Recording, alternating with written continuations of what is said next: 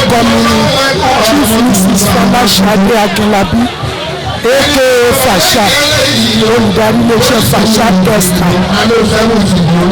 Mo kí ọ̀rẹ́ mi Adéọlá Farinde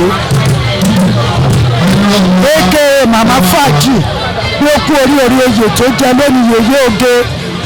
Oyè náà mọ́rí o, àjẹyè ló máa jẹ́ o. Lẹ́yìn tó joyè kò ní ṣàìsàn, kò ní rí wàhálà, kò ní rí dààmú o. Ìbámọ̀ kí n ti joyè ló máa jẹ́ o. Oyè máa ṣílẹ̀kùn ńlá fún o, máa lànà fún o. Ohun gbogbo tó bá dáwọ́lé lẹ́yìn oyè ó máa ṣe é ṣe fún yín o. Adẹ̀rà ànúgbà, àjẹgbó, àjẹgbó. Èmi ni Ajia Fásátọ́lá Bisi Àmọ̀rí Èdú. Àwa bá ọba Òjì Olówó Síkírù Láì ọmọ Williams, ọmọ ẹ̀gbọ́n mi dáadáa, ìyá ọba Afusatu Williams. Àwa bá wọn ṣe àjọ̀dún, àwa bá wọn olóyè náà yọ̀.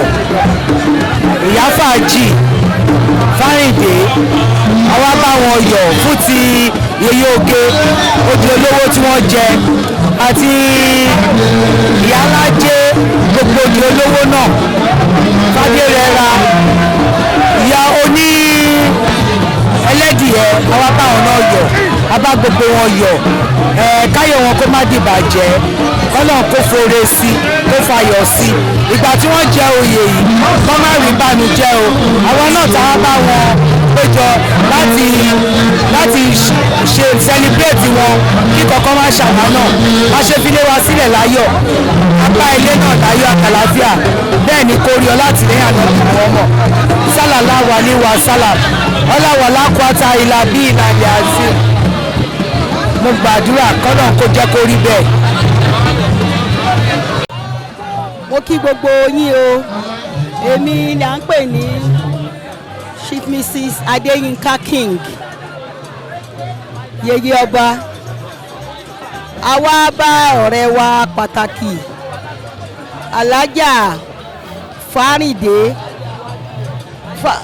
Adéọlá Farinde alias Ìyá Fàájì la máa ń pè é. A bá fẹ́ sábà yìí ẹ káàbọ̀. A bá fẹ́ sábà Ìyá Fàájì la máa ń pè wọ́n torí èèyàn pàtàkì nìyàn gidi ni, ẹni tó láìkí fàájì ni. Inú mi wá dùn lẹ́ni pé wọ́n tún wá fún ní oyè ńlá, oyè Yeye Oge. Oyè gidi mà lóyè yìí. A wá dúpẹ́ lọ́wọ́ Ọlọ́run o, kò ní ṣòye jẹ́ o, á jẹ́ pẹ́pẹ́pẹ́ o, ẹ̀mí àgùn o, iwájú ló máa lọ o, iwájú lọ̀pá ẹ̀bì tí ń ré sí iwájú ló máa lọ o ní agbára Ọlọ́run. Ojú ò ní tì o, ó ti ń da kò ní da fún kò ní jẹ́ tiẹ̀ o. Inú à máa dùn lọ ni o, torí èèyàn dáadáa ni o, dáadáa ni Oge wa o, èèyàn dáadáa ni. Gbogbo àwọn ọ̀rẹ́ ẹ̀ náà la péjú pésẹ̀ síbí, ọ̀rẹ́ ẹ̀ pọ̀ lóríṣiríṣi, mélòó la fẹ́ kà. A dúpẹ́ lọ́wọ́ Ọlọ́run, Olúwa ṣeun. Thank you Jesus.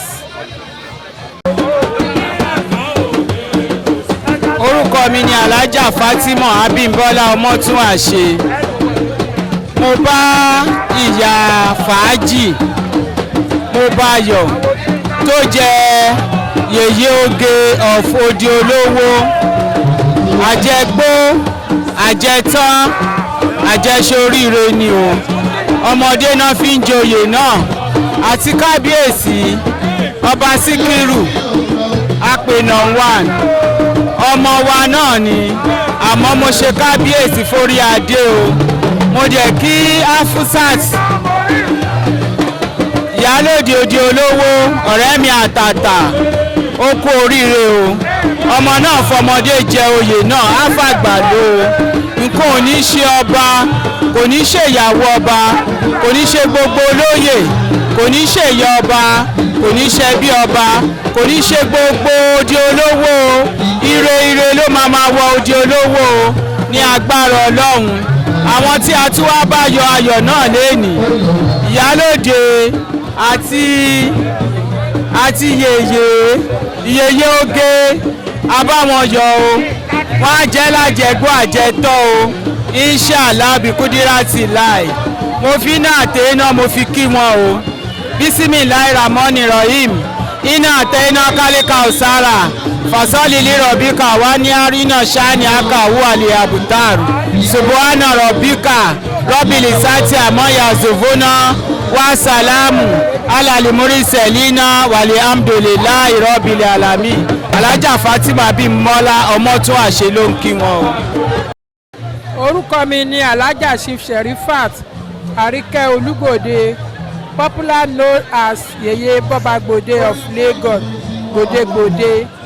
Mo kí olóyè ní pé ó kú oríire ní o, oyè amọ́rí o, kò ní fọmọ jẹ́ o, kò ní ṣàwọn ọmọ fún o, kò ní ṣọkọ fún o, kò ní ṣòun fúnra rẹ̀ náà o, oyè amọ́rí o, lágbára Ọlọ́run ọláwọ̀láwọ́lá wàlákùátá ìlà bìlà ìlà ìlà.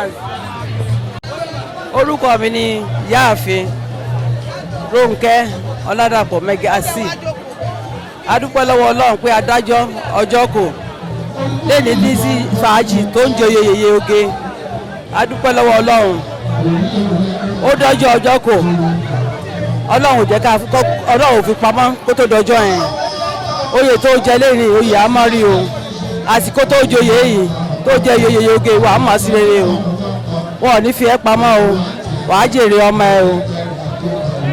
Àsìkò tó joyè yìí àṣírí ẹ̀ ò ní tú o, nínú owó ọlá ìbùkún ẹ̀mí à máa gùn o.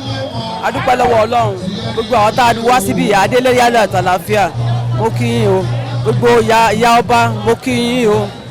Congratulations to you ma, mo bá yín yẹn a kú oríire náà, congrats. My name is Alaja Motunde Kazim. All the way from London to celebrate with my sister, Mary Farinde, Yeye Oge of MUSHIN, OLOWO. I wish her all the best and God bless all whatever they are doing today, because I don't really know what to say. She is a very nice woman and humble to the core. I wish her all the best. Ẹ káàsán gbogbo lé o, orúkọ èmi ni Ìyáàfin Mopélọ́lá Adamson alias B-Nice Cocktail. Mo bá ọ̀rẹ́ wa Ìyá Fàájì, mo bá wọn wá síbi oyè tán ṣe lénìí, oyè Yeye Oge ọ̀fẹ́ odi olówó MUSHIN, òun náà jẹ lénìí. Oyè náà mọ́rí o, wọ́n mọ̀ àsìkò tọ́jú oyè yìí, wọ́n mọ̀ sí dáadáa lórúkọ Ọlọ́run, lórúkọ Jésù àtìlẹ́yìn ànábì. Ọlọ́run á wà pẹ̀lú wọn o, wọn ò ní fẹ́ lè dágbére fáyé o, wọ́n á tún máa ṣọ̀pọ̀lọpọ̀ nǹkan dáadáa lẹ́yìn oyè yìí ní lórúkọ Ọlọ́run, lórúkọ Jésù àtìlẹ́yìn ànábì. Gbogbo di olówó a kú oríire ní o, àwọn tó joyè wọn oyè amọ́rí o, gbogbo wọn aróyè wọn lónú àlàáfíà tẹ̀mí gúngùn àtowó ńláńlá o. Mo ní kábàámọ̀ pé kí wọ́n joyè náà fún o. Oyè ayọ̀ náà jẹ́ nítorí pé ọba aláyọ̀ ló fún wọn lóyè, ọba aláyọ̀ ló fún wọn lóyè, wọ́n dẹ̀ máa rẹ́mi fi lò ó àtàlàáfíà àtẹ̀mí gúngùn bá wa tára bá wọn ṣe, ayé á bá wa náà péjọ ayọ̀ o, ayé á bá péjọ ayọ̀, wọn ní péjọ ìbànújẹ́ lé gbogbo wa lórí o, ijó ayọ̀ la máa bára wa jó ire o. Orúkọ mi ni Alájà Doyin Abdul, ọ̀rẹ́ Adéọlá Farinde tó ń jẹ Yeye Oge lẹ́nìí, oyè amọ́rí o. Ẹ ṣé àdúpẹ́ o, ẹ̀yin tẹ́ bá wa wá, thank you so much. Orúkọ mi ni Alájà Modúpẹ́ Ọláṣírù, èmi náà ń pè ní Dúpẹ́ ọmọ ìyá aláwo lágánrán. Inú mi dùn láti wà ń bí lẹ́ni pẹ̀lú Fèyíṣará Àjọkẹ́ Ọ̀pálẹ́yẹ Ẹlẹ́dìyẹ.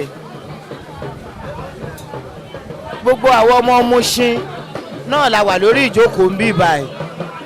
Akíkábíyèsí ọba Síkírù Láì Ọlámídé Williams Oṣuapẹ̀nà 1, ó ti fọmọdé jẹ́ àfàgbàlú, àǹtí wa Àlàkẹ́ Afusat ìyá ọba, Ọlọ́run ajé ó dàgbà ágùn lẹ́mìí.